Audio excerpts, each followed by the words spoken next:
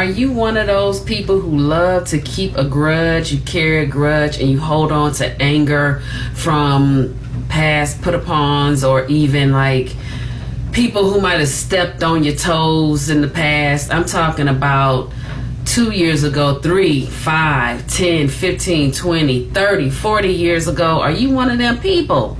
I mean, what folks don't understand, holding on to that anger and all of those grudges is going to cause illness and disease in the body. That's what it does. It manifests in the body.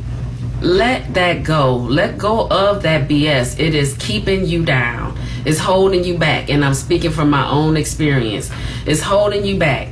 Now, what you should do, if it's really hard for you to let it go, what you should do is seek help, professional help. Get it out. Talk to somebody who can help you and give you the tools to navigate through it so that you can get on the other side of it. Alchemize the pain and the anger into something useful.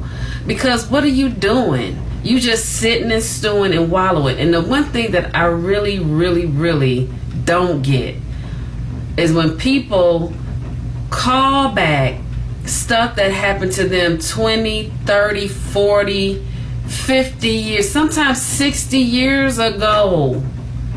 What in the world are you doing? You killing yourself from the inside out. That is low vibe energy that is on you. It's like a monster attached. You know how you hear like Christian people, they'll say stuff like the devil is always at work. It's the same. It's energy. And you have different levels of energy at every vibration. And there are low level vibrational frequency energies, spirits, beings just needing a host. They love to be fed by your anger and your pain, and you recalling and recanting things over and over and over again. And I'm telling you, a lot of these big illnesses, and you know the ones, the hospitals, the medical community, they are making big money off of this because what they're doing is they're treating the body, but it's deeper than that. They're making big money off of these illnesses and stuff because people don't know to just let go of dumb stuff. Let it go. All it's going to do is be sitting there in your body, and anger is a big one. Anger is a big one. All of this stuff, holding grudges and stuff, is poison. It's literal poison. And I'm speaking like this because I feel very passionately about this. I know so many people who have experienced these different illnesses and ailments. I know people who have passed away from them because they could not forgive. They could not release what was not serving them no more. They felt like it served them to hold on to those things until at any time they wanted, or anytime they got frustrated with someone or about a thing, they could recall it and essentially play victim, because that's what it is. Everybody got a story. Everybody has somebody has done something wrong to them or put upon and all of that. Everybody got it. So when are you going to decide that you don't have to use that anymore? You can sing a new song, tell a new story. You have the choice to leave that behind. Take from it what you need. What is the lesson from this? What do I need to know about this? What's being revealed? Take that and alchemize it into something useful and then move on. Because everything that happened to us, everything, even as children, and through adulthood and teenage years, all of that stuff, it happened because it was part of our expansion. It was a game token. It's like, okay, how you gonna play this?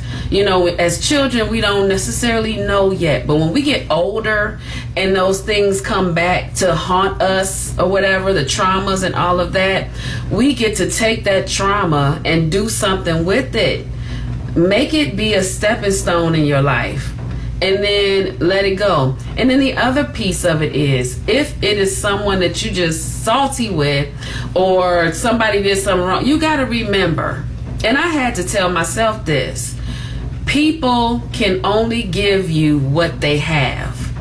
Not everybody is equipped Not everybody is equipped with all the things. And people, if they don't have it, they don't have it to give. And so they give you what they have. And it may not be the most desirable thing. It may be just, because when people really know, and when I say know, I mean really know, awakened. When people know better, they do it. They do better. Okay, so compassion, forgive. The sooner you forgive, the sooner you start healing. The sooner you start releasing. Because as long as you are harboring that stuff, those spirits that I was talking about earlier, they just eating it up and they're growing and it gets bigger and bigger. Okay. And some people, you know, like, okay, so Dr. Sue Morter, she calls it the protective mind. It's the ego. She calls the ego the protective mind. I'm going to call it the ego in this case. The thinking brain. People allow this to lead. This is the servant. So while you're allowing this to lead, you're putting the horse behind the cart, and then you're getting behind the horse, pushing the horse, and pushing the horse so that the horse can push the cart, instead of making it easy and having the horse pull the cart and you getting in the cart or on the horse and letting it pull you. So your heart is the brain. The heart is the leader. The heart sends the signal. So if you using your heart and leading with your heart, the heart is helping you. It is, consider it I like to call it an amulet, okay? Because it is. The heart is the light, okay? And it sends the signal to the brain, this is what we want to do. And then the brain is like, okay, I'll help you navigate this and carry it out. Not the other way around. And that's how people get caught sleep and slipping.